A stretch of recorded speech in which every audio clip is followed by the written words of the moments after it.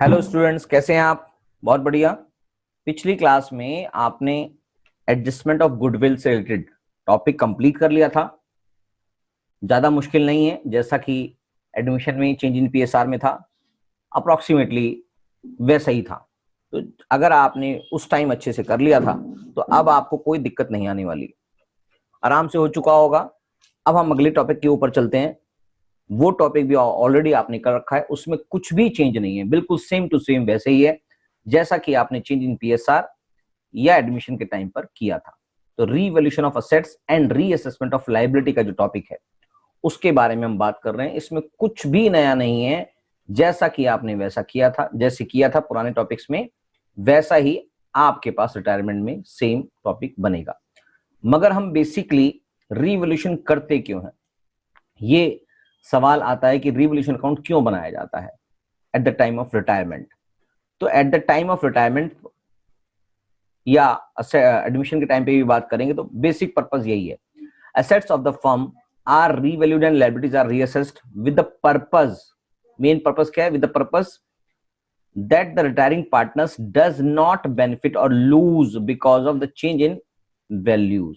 यानी कि जो रिटायरिंग पार्टनर है उसको किसी भी तरह का लॉस या कोई स्पेसिफिक बेनिफिट ना हो जाए अगर एग्जिस्टिंग जो असेट्स या लायबिलिटीज हैं उनकी वैल्यूएशन में करंट चेंजेस कुछ आए हुए हैं। तो इसलिए ही बेसिकली हम रिवैल्यूएशन अकाउंट प्रिपेयर करते हैं। तो क्वेश्चन अगर आ गया why revaluation account is prepared, इसका बेसिक पर्पस यही कि हमें जो भी रिटायरिंग पार्टनर है, अगर रिटायरमेंट के टाइम पे बात करते हैं तो रिटायरिंग पार्टनर्स को कोई भी बेनिफिट या कोई भी लॉस ना हो because of change in the values of the current assets and liabilities. Current scenario में जो भी अवेलेबल असेट्स, करंट असेट्स नहीं, करंट टोटल असेट्स जो आप आ रहे हैं उनकी करंट वैल्यूएशन में कोई चेंज आ जाता है, उसकी वजह से कोई भी बेनिफिट या लॉस रिटायरिंग पार्टनर्स को ना हो जाए। ऐसे ही अगर हम एडमिशन में रिवैल्यूएशन अकाउंट की बात करते हैं तो भी एग्जिस्टिंग पार्टनर्स को कोई भी लॉस या बेनिफिट ना हो उससे, इसी वजह से हम रिवैल्यूएशन अकाउंट का प्रिपरेशन करते हैं।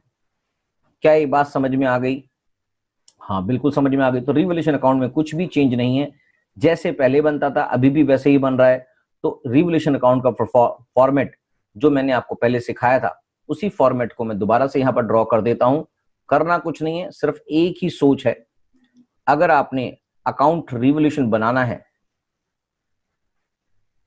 रिवैल्यूएशन अकाउंट बनाना है, तो आपके पास, क्योंकि revaluation account profit and loss adjustment account भी कहलाता है, तो जो भी लॉस का पार्ट होगा, जो भी लॉस का पार्ट होगा वो डेबिट होगा और जो भी प्रॉफिट का पार्ट होगा वो क्रेडिट होगा। क्या मेरी बात समझ में आ गई?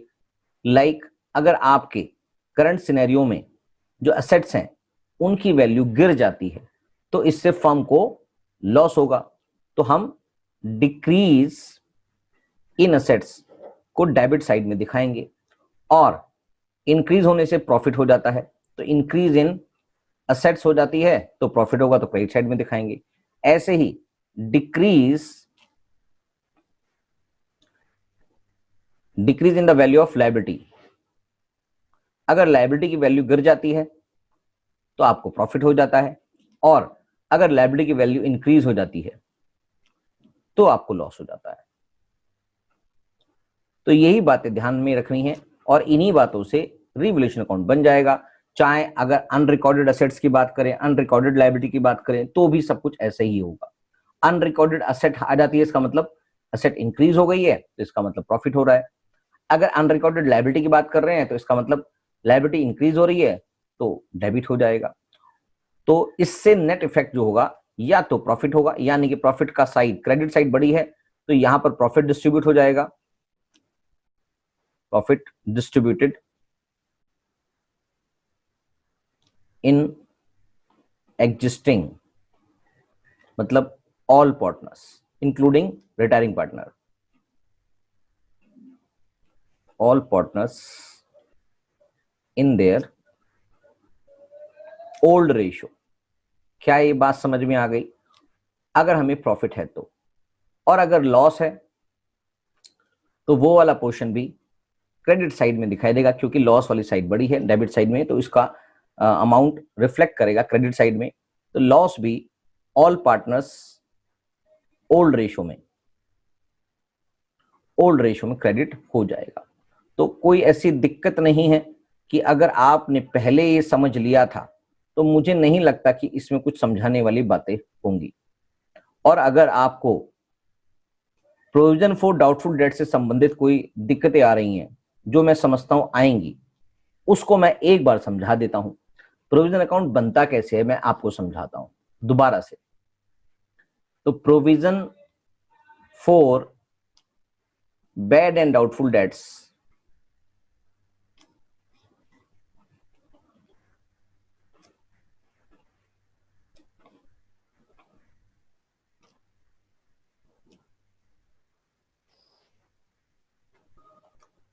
डेट्स के अकाउंट में करेंगे क्या? करना कुछ नहीं है। अगर आपके पास बैलेंस शीट में अगर आपको ये दे रखा है डेटर्स लेस प्रोविजन, मान लीजिए आपको दे रखा है 16,000 और 800 यहां दे रखा है, तो हमारे पास ओपनिंग बैलेंस है बाय बैलेंस बीडी 800 है, और क्वेश्चन में दे रखा है कि आपके बैड डेट्स हो गए हैं 1100, तो आप लिखेंगे 2 बैड डेट्स। यानी कि मैं पहले इसकी जनरल एंट्री बनाता हूं। जनरल एंट्री करने के लिए bad debts account, bad debts किसके होते हैं? डेटर्स के ही होते हैं, तो 2 डेटर्स, यानी कि इससे डेटर्स कम हो गए 1100 रुपीज। और ये फाइनली जो बैड डेट्स हैं ये हमारे प्रोविजन से कट जाएंगे, तो provision for bad and doubtful dates debit था, ये क्रेडिट हो गया 2 बैड डेट्स।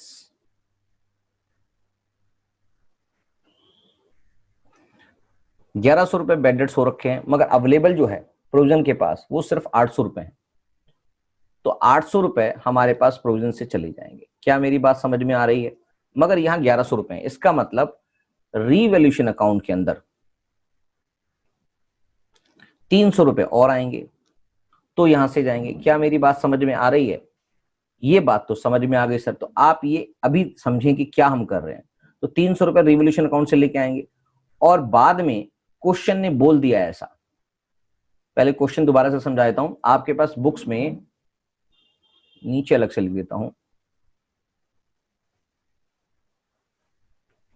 क्वेश्चन आपको कहता है कि आपके पास बैलेंस शीट में डेटर्स अवेलेबल हैं 16,000 के, लेस प्रोविजन अवेलेबल है 800 का, इसका मतलब 15,200 से बुक्स में डेटर्स दिखाई दे रहे हैं। उसके बाद कुछ एडजस्टमेंट में गिवन है, एडजस्टमेंट लिखा हुआ 1,100 डेटर्स प्रूव्ड बैड, ये बैड होगा। उसके बाद लिखा हुआ है provision to be maintained at previous rate. तो आप प्रोविजन देखेंगे किस रेट पे बना हुआ है। 1600 का 800 कितना होता है? 5% होता है। तो यानी कि प्रोविजन क्वेश्चन ने बोला नहीं है, मगर प्रीवियस रेट पे ही बनाना है। तो आपने यहां पर कंक्लूजन निकाला कि ये 5% पहले था, तो अब भी 5% पे बनेगा।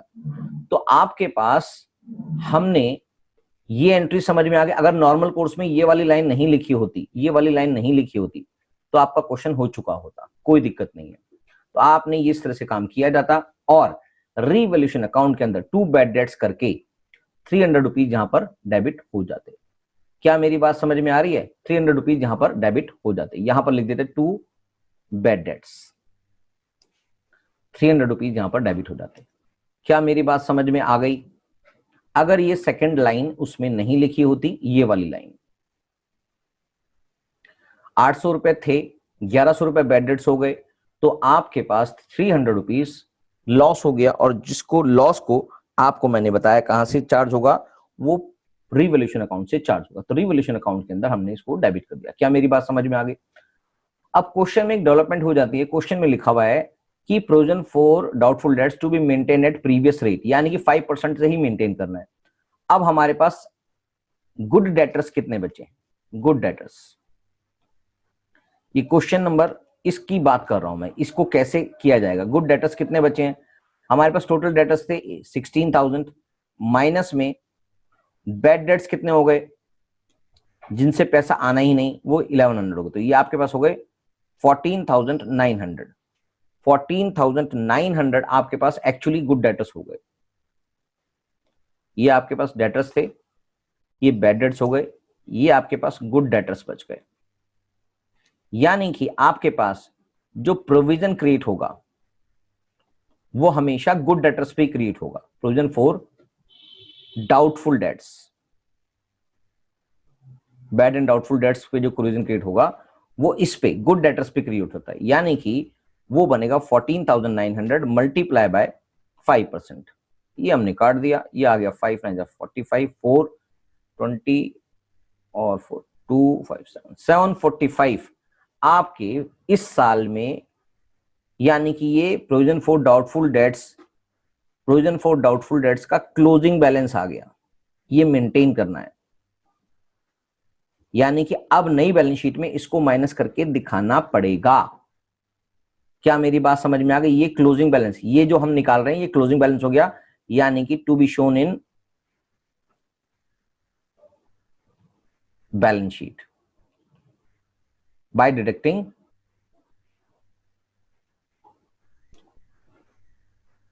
From debtors, right. तो बस इतनी सी बात समझनी थी। तो इस तरह से ये बैलेंस शीट के अंदर दिखाया जाएगा। और ये वाला अमाउंट, क्या मेरी बात क्लियर हो गई? हाँ सर क्लियर हो गई। तो मैं इसको प्रोविजन फॉर डाउटफुल डेट्स में क्लियर कैसे चढ़ाना है वो बता रहा हूं। आपने अभी देखा 800 यहां थे और 1100 रुपए आपके बैड डेट्स हो गए। तो आपको अभी भी मैंने इसका क्लोजिंग बैलेंस निकाल के दिखाया। तो टू बैलेंस CD, यहां पर अमाउंट आया 745। अब इसके अलावा क्वेश्चन में कुछ नहीं दिया, इसका मतलब 1845 टोटल, यहां पर टोटल आ रहा है। इसका मतलब इधर भी हम 1845 से क्लोज करेंगे। इसका मतलब यहां पर भी कुछ अमाउंट बैलेंसिंग फिगर आएगा जिसको हम लिखेंगे बाय रीवैल्यूएशन अकाउंट। यानी कि ये वाला अमाउंट और फर्दर क्रिएट किया है हमने रीवैल्यूएशन के थ्रू। जो अमाउंट आ रहा है 1045, राइट। ये एक्चुअली अमाउंट है जो रीवैल्यूएशन अकाउंट के अंदर जाएगा अगर ये केस हो जाता है। तो इस केस में आप यहां पर टू बैड डेट्स लिखते हैं 300, तो इसके अलावा आप लिखेंगे to provision for doubtful debts 745। या आप इन दोनों को कंबाइन करके to provision for doubtful debts भी लिख सकते हैं जो 1045 होगा। 1045 इन दोनों को कंबाइन बैलेंस करके भी लिख सकते हैं। या तो आप टू बैड डेट्स 300 और to provision for doubtful debts 745 लिख दें, या इन दोनों को कंबाइन करके टू प्रोविजन फॉर डाउटफुल्स लिख दें। तो यानी कि अभी हमने जो जनरल एंट्री देखी ये आपने देख लिया। उसके अलावा क्योंकि बैड डेट्स का यहां पर लॉस हो गया, इसके अलावा एक जनरल एंट्री आपको और करनी पड़ती। वो क्या करनी पड़ती? वो आपको करनी पड़ती revaluation account debit to provision for bad and doubtful debts, right, जो बन जाती है 745 से। तो बस इस तरह से आपकी एंट्री क्लियर हो जाएगी। क्या मेरी बात समझ में आ गई? बस 1 सेकंड की बात है, आपको क्लियर हो जाएगा ये। तो अगर आपको अभी भी कोई प्रोविजन अकाउंट से दिक्कत है तो आप मुझे 4 बार पूछेंगे तो मैं 4 बार बता दूंगा। मगर अब इसमें आपको कोई दिक्कत आएगी नहीं। इस वीडियो को आप 2 बार 3 बार 4 बार चला के देखेंगे तो बस आपको ये बातें समझ में आ जानी चाहिए। नहीं आएगी तो आप मुझे दोबारा कॉल बैक करेंगे तो मैं आपको समझा दूंगा। That's it. चलिए, थैंक यू।